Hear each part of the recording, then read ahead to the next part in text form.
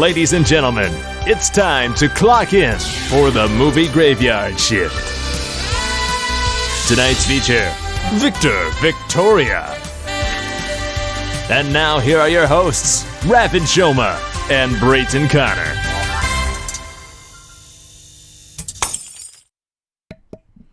Hello, everybody, and welcome. Oh, wait a minute. Okay, we're coming through. All right, hello, everybody, and welcome to the 11th episode of the movie Graveyard Shift. And we have, of course, my wonderful co-host for tonight, Mr. Brayton Connor.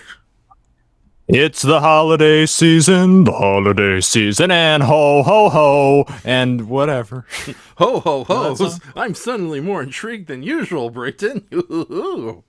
Well, you know, it's funny, as much as your red-blooded conservative types like to complain about saying happy holidays, there are a lot of great Christmas songs with just the holidays in it. Like, I even love the song, you know, that goes, happy holidays, oh, the merry bells keep ringing. Right. Happy holidays.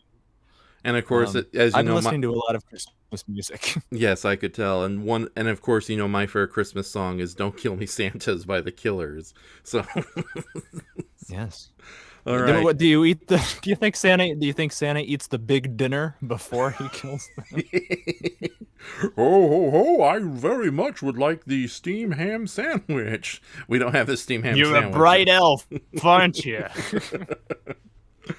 Okay, so but no, tonight tonight we're going to be watching Victor Victoria, and it kind of ties in that December is going to be kind of a grab bag of various movies for us this month, mainly because any idea for a theme we had for this month was ruined by the fact that we decided to move Psycho, but it's going to work out beautifully because we got knife-proof vests. No.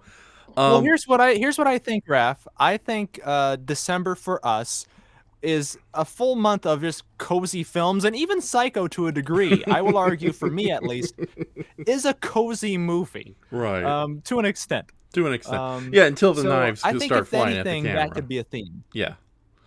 Okay. Well, I don't know. The people get weird. Yeah. No. The reason we moved Psycho for next week is because it kind of falls onto a correct date.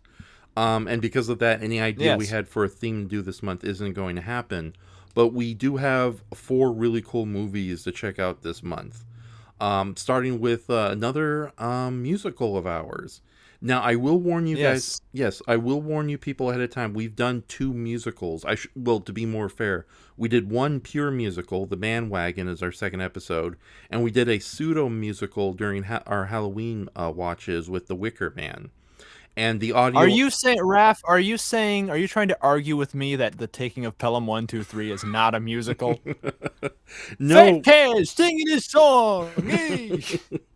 No, Brayton, it wasn't a musical. It has to be like The Wicker Man. It has to have 17 songs in the first 20 minutes. So.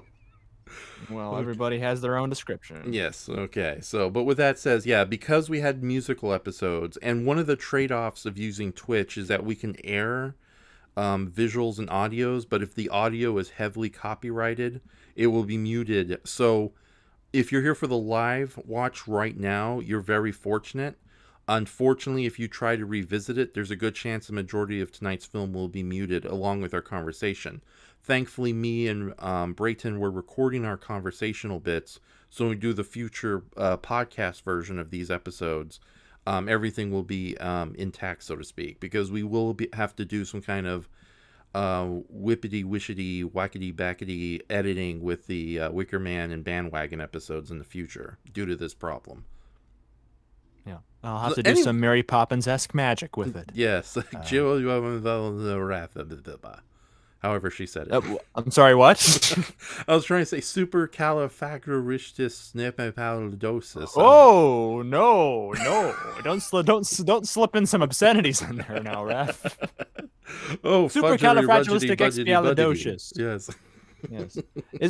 I grew up with, I love Mary Poppins, but I grew up with Bedknobs and Broomsticks, and so my childhood was spent memorizing a substitutionary locomotion, cosmic powers, the defying every notion. An arguably easier song to remember.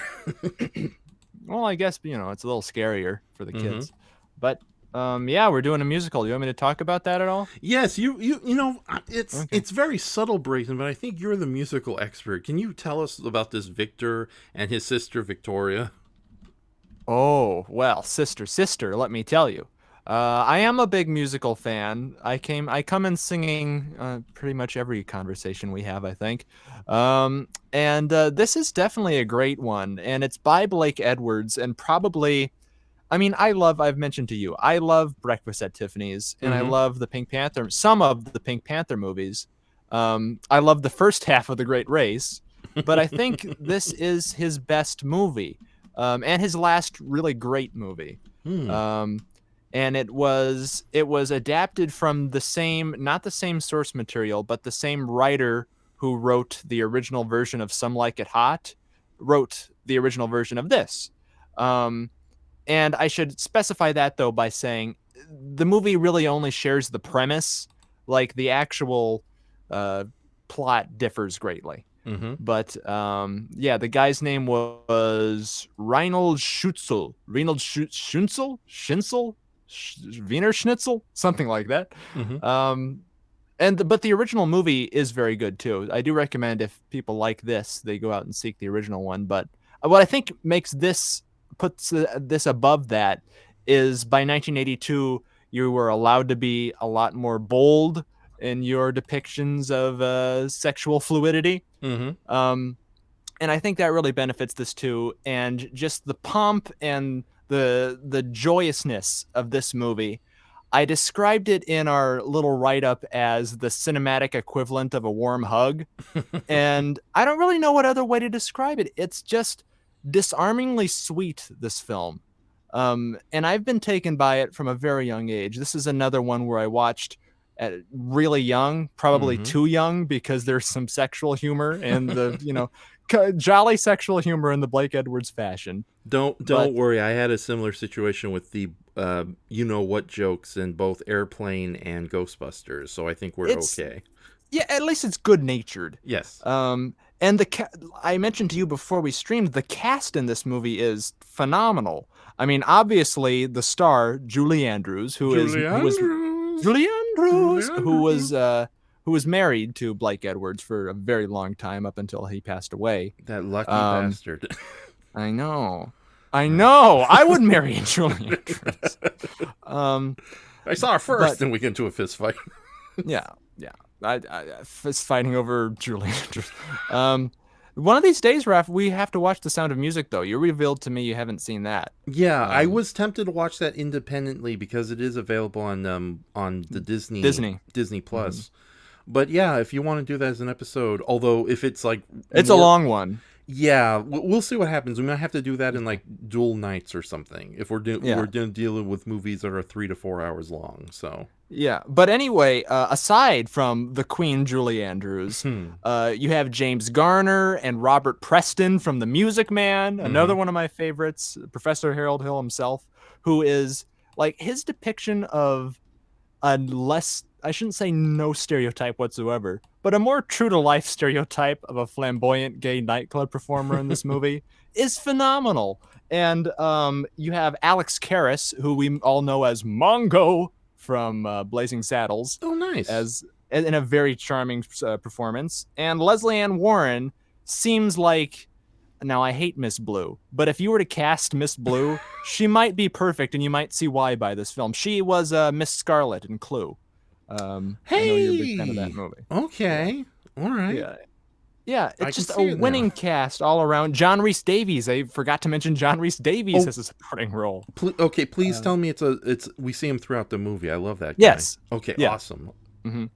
And who else? Am I forgetting anybody? A smaller role, but Graham Stark, who has minor character parts in quite a few of the Pink Panther movies, if I recall, is a reoccurring waiter character in the film too.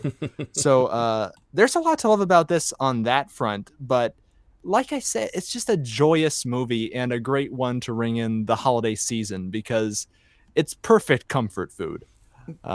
Yeah, I'm very excited to watch it again and to show it to you. Yes, I'm very excited about it because, well, first off, it's a great movie to start off December with, and from everything you've told me, what I saw from the somewhat chaotic but a charming little very trailer. chaotic trailer. Yes, yeah. Blake Edwards, the god of chaos, has returned from beyond the void to give you Victor and Victoria. Watch out, heaven and hell! Whoa! There are probably there's something like 12 slapstick fight sequences in this movie that come out of nowhere, but just escalate beyond belief. Yeah, and not once did I see a single pie, unless I'm mistaken. I'm trying to think. There's pie consumption in this movie, but no pie face plants, I don't think. Yeah, I think after the Great Race, Blake Edwards was like, I'm done. I'm out of here. Yeah. Let's get out of here, Julie. Well, quickly before we start, do you want to talk about our feelings on Blake Edwards? Because I do like the guy. Quite a bit. Yes, let me start off, because obviously you know way more about Blake Edwards than I do at this point. You definitely do your research on these movies, which is going to be intimidating when we get to me finally choosing a movie here. Well, I have the benefit of going back in time, Raph. I have a time machine. It's a cardboard box with a few buttons drawn on it. At least is it painted blue and it's slightly bigger on the inside instead of being 6x6, it's 7x7? I think it's even smaller on the inside, if you can imagine that. Thank God I've done yoga. Yeah. Oh, my goodness. Well, how's your companion, David the Dalek? I squished him long ago. He's flat. David the Flat Dalek. Flatlined? Yep. Okay. Yep. So anyways, but okay. Blake Edwards. Let me start with Blake Edwards. So I grew up with the Pink Panther movies, and from what I understand, that was basically his baby, and he was more or less in control of all of them except for the Steve Martin time. Yeah. The reboot, I should say. Yeah, and he directed all the way up until I think his last movie was the Son of the Pink Panther movie. Is that just a quick aside? Is that any good, or is it just no? It's a no from me, but I'll talk more about that when I give my opinion on the Pink Panther movies. Okay, all right. Now, the thing about the Pink Panther movies was they used to air all the time when I was growing up, and my family would often show them to me. Well, my parents would often have them on television, but I think I was too young to really grasp what was going on. Even the slapstick was a little above my head. Now that I'm older and not so wiser... but you love slapstick still. I like watching people fall down hard. So no. The thing is, I actually revisited the Pink Panther movies, and now that I can actually, engage the movies on their own levels, some of them are okay. I think that first one is kind of charming in its own right, even knowing that Peter Sellers is not at all the focus of the film. Yeah. I kind of like the second one, although its ending is a little subversive / anticlimactic. So much so that I think I can see why this probably worked better as a play than in a movie. I'm a little indifferent towards the Pink Panther Strikes Again. Oh, that's my favorite one. Really? Okay, that's where Herbert Lom is a complete psychopath. Yeah, he becomes a full-blown supervillain. That's weird because the last one that Peter Sellers did, Revenge of the Pink Panther, that's actually the one I liked the most. Mm-hmm. And I thought that was I would have loved to have seen more, because that really got a strong formula. It really kind of fixed the characters quite a bit. It was great to see Kato actually join in on the case. He's a funny foil, but as a sidekick helping save the day, he's even better. And I honestly thought the relationship between Peter Sellers' character and his love interest in that one was a little more special than usual. And also I thought the idea that it's a mafia that needs to get rid of Peter Sellers' Inspector Clouseau in order to help their business, and it just goes horribly wrong for them as it escalates. I think that works out beautifully. And also Clouseau is actually on the case. It's like the rare example of Inspector Gadget actually being aware of what's actually going doing on. something. Yeah. And those were always those episodes were horrifically rare, but they were always the best episodes because you weren't following an idiot. Granted, he's a klutz, but he's on the case and doing the job right. He's productive. Yes, and that's what I feel about Revenge of the Pink Panther. That one, other than Inspector Clouseau being completely oblivious to his old boss hating his guts. Yeah. But yeah, no, I will give credit though. The Victor Lom is such a sweetheart in those movies. Even Herbert Lom, yeah. Thank you. And him as a full-blown supervillain in Strikes Again, I think that was just, you can obviously tell he was having a lot of fun doing it. Now, I don't think I've seen any other Blake Edwards outside maybe one or two viewings that kind of escape me. But as you know, one of my all-time favorite movies, and one I revisit as often as I can, or at least Yeah. once a year, because it's kind of lost a little bit of luster for me, is Well, The that Great happens if Race. you revisit things more often than once a year sometimes. That Yeah. is, like, some movies still hold up really good for me. Unfortunately, as you know, it's the only two movies I ever watched, Gamera the Brave and Megamind. Sometimes at the same, you have two monitors, so sometimes you put them in at the same time. Yes, yeah. And I love the part where Will Ferrell battles Zeta. So. yeah, it's like sensory overload for you, isn't Yeah. it? Oh my God. But no. There was a time I used to watch The Great Race as often as I could, but now I think I keep it to only like once a year viewings.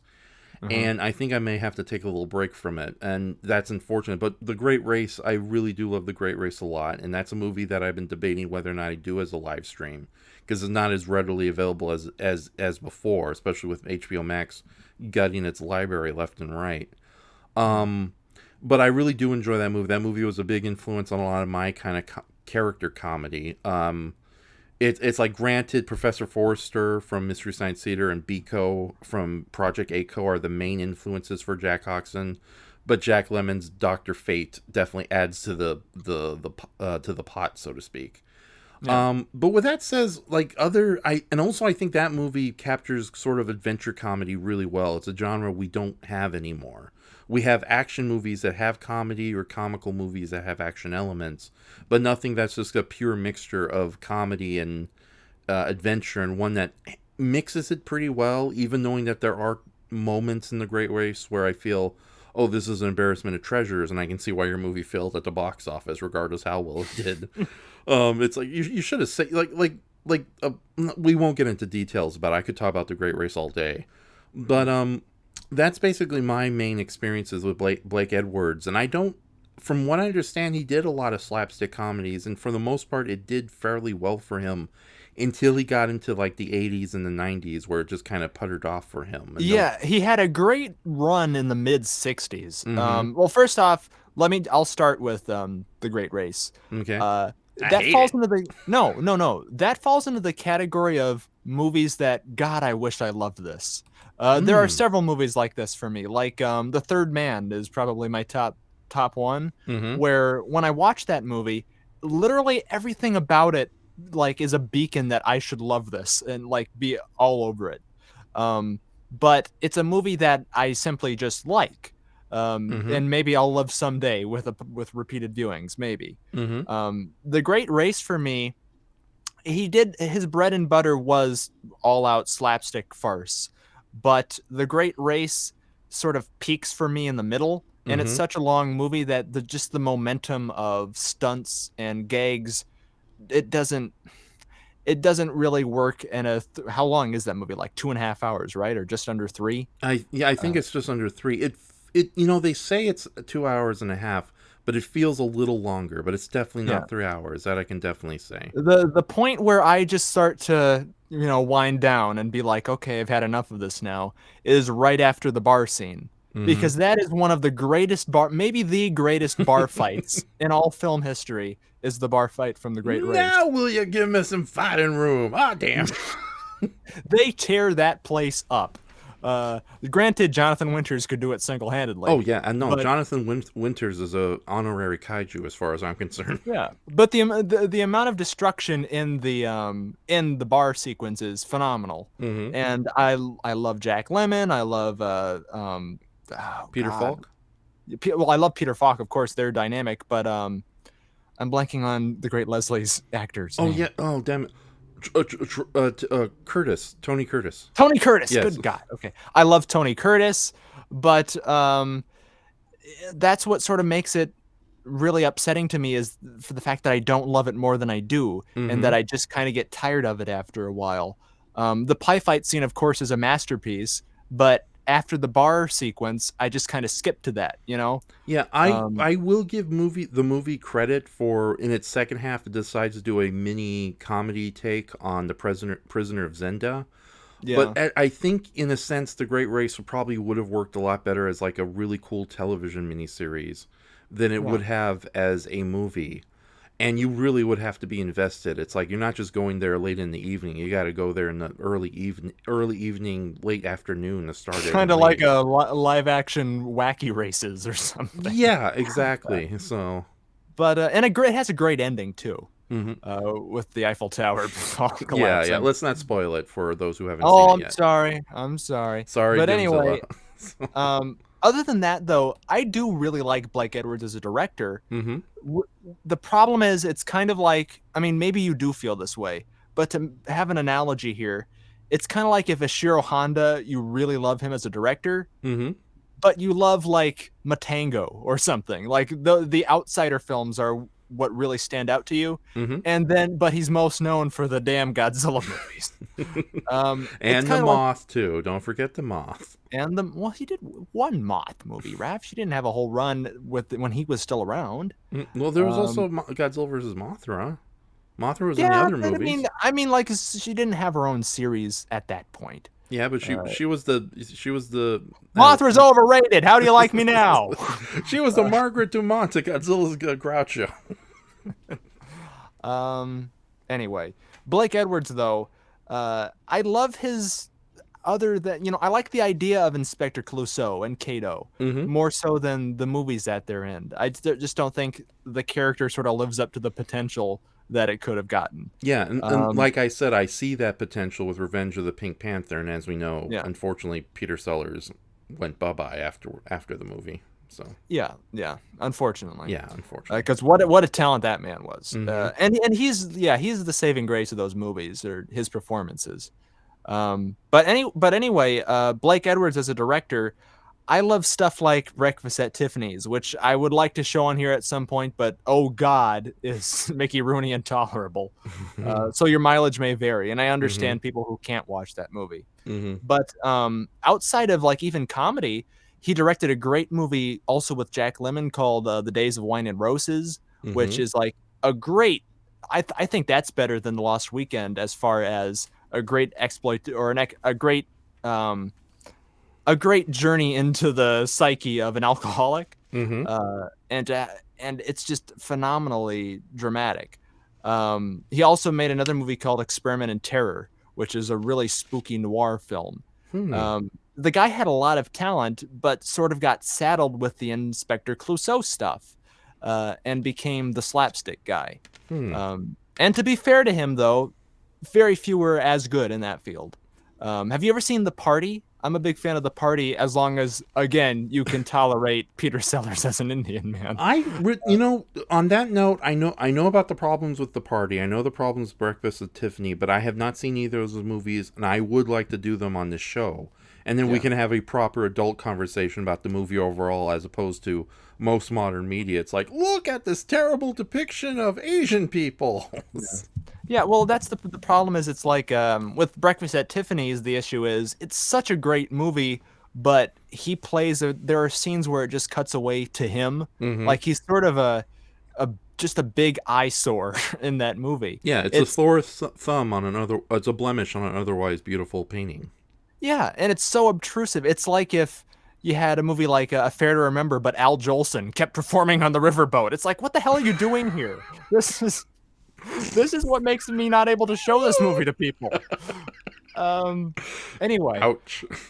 Yeah, well, but with The Party, I don't know what my excuse for liking that is, but I just think it's such a fun farce. Yeah, and also, it's like context is everything. As long as you have context of what's going on with the situation or behind the scenes, it makes you understand the film a lot better and able to engage it. So again, I think we could be very adult about Mickey Rooney being an asshole in a Japanese costume. Well, yeah, and I mean, the fact is, too, I really enjoy Peter Sellers as a performer more so than Mickey Rooney anyway, so there's that element. I just think he could be wearing a trash bag on his head, and I find him hilarious. So, yeah, I don't know. The Party's also great. But this is definitely, I think, his best and sweetest movie. And yeah, the last really great movie that he should be remembered for, because this is really top tier stuff. Yeah, and for anybody. Yes, I want to mention, I was surprised to see this movie was made in 1982, because it looked like a late 70s movie, But like Yeah. 1982 for me was like the last gasp of like good movies from the 70s Yeah. and going into the 80s. And the 80s is very questionable, even though it has a lot of nostalgic for people. But more the point, it's sort of a good meeting ground between what we would get in the 80s and what we would get in the 70s. And a lot of things you mentioned, like, you know, a much more positive portrayal of gay people in this movie. May I say that word, if that's all right? You, yes, dear. We prefer gay Paris. Okay. Yeah, your cats? I did not know that. Robert Preston would have been an amazing, like, just I don't know, a gay. He would have been great in Cats. I know, Man, if he had only lived that long, as he could have made that damn Deuteronomy. play worth. He could have saved that damn play for me because I've Yeah. always hated that play, but he would save it single-handedly. Yeah, But isn't the name of the old cat Deuteronomus?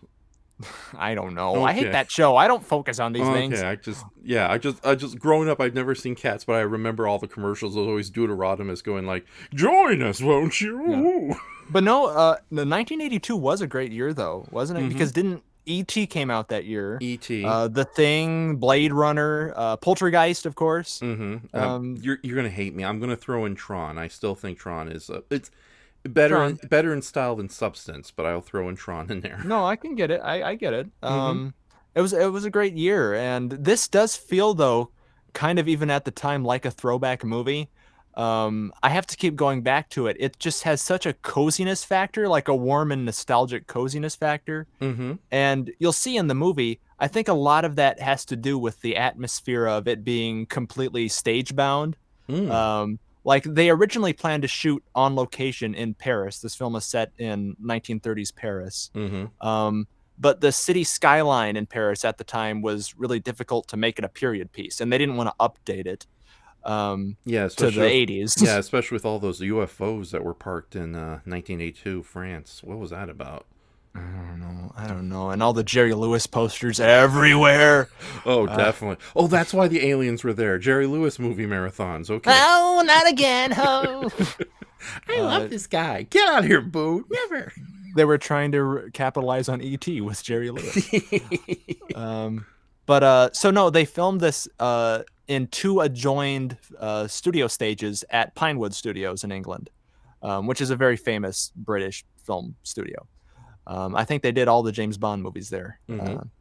But it does have such a cute intimacy quality just to the filmmaking and the setting that it feels like a movie that could have come from a bygone era. And I don't mean that in a sense that, oh, it's passé. No, it feels like a warm return to a sweeter time. Yeah, now that you mention it, what I was trying to get with the kind of intersection that was 1982 between the improving 70s cinema and the incoming 80s cinema, 82 for me, especially with a lot of the movies that came out that year, it feels sort of like that moment when the caterpillar comes out of the cocoon and reveals itself as the imago form of a butterfly. It feels like that was the transitional point for cinema. So, and I'm very excited to see what a musical from that era would look like. Yeah. So a performance. I don't even know if there's a term for this subgenre of musical, but not your musical in the sense that everyone breaks out into song on the streets or anything. It's all the musicals are musical performances. Diegetic, isn't that the terminology used for when the music actually has a purpose? No, has a logical reason to exist in the story, as opposed to characters just going crazy. Or is it the opposite of diegetic? Yes, I think it's diegetic. Okay. Here we'll figure it out in post, but yeah, that would be the term to use in this case. Okay. Yeah, and I just think it's a great film, and I think you'll get a hoot out of it. The only thing else I'll say is, I think the great thing that I learned about the movie is pretty much to the man, everyone got along making it and had a blast doing so. Like there was no drama to speak of at all. So no bad blood or anything spilled over into the movie, and they re-upped it for a Broadway run 10 years after the fact with Julie Andrews. And a lot of people still speak really highly of it. I mean, I don't hear it discussed a whole lot in the mainstream. Yeah, this movie was fairly new to me. I was familiar with the title, but I never knew this was a comedy musical. I always assumed Victoria was some kind of terrifying drama, like Mother Dearest, but not the campy version. No, you don't want to see Julie Andrews like that. No. Take your damn medicine. No more sugar ever. Well, not usually like this, Mr. Poppins. I was trying to do Dick Van Dyke. It failed. That's pretty good, Dad. That's scary. Thank y'all, Brighton. I'm British. Nobody attempts a British accent in this film. Hardly anyone attempts a French accent in this film, so I think we're safe all around. Okay. Yeah, that's pretty much all I have to say. I just want to watch it. Okay, then we'll head on to it. It is 2 hours and 13 minutes, but that shouldn't be too long. Yeah. But yeah, we will go into a brief intermission, then we will start the movie. I am going to read from the comments, however. Goji Shay says, "Hello guys, I unfortunately cannot join in the fun tonight, but I should be free next week. Have a good watch." Thank you, Goji Shay. And Doomzilla says, "Yellow, hello there." So yeah, Doomzilla, we're going to do something a little different with a musical tonight. But you guys have always been a treat. Join us for our film noir last month, and then we'll see what happens with Psycho, because just to let you know, I have a good feeling that Psycho is going to go really well next week. But let us Don't stab me, Raph. Yeah. Don't stab me. Damn it. I was going to do a Fan of the Paradise and just, hit you with a plunger. Take that, you. Don't stab me in Shoma. That's your version of the Killer song. Right. Oh, yeah. Anyway, Victoria. Indeed. So, ladies and gentlemen, for the 11th episode, we're going to watch Blake Edwards' 1982 musical slapstick comedy, Victor and Victoria. No,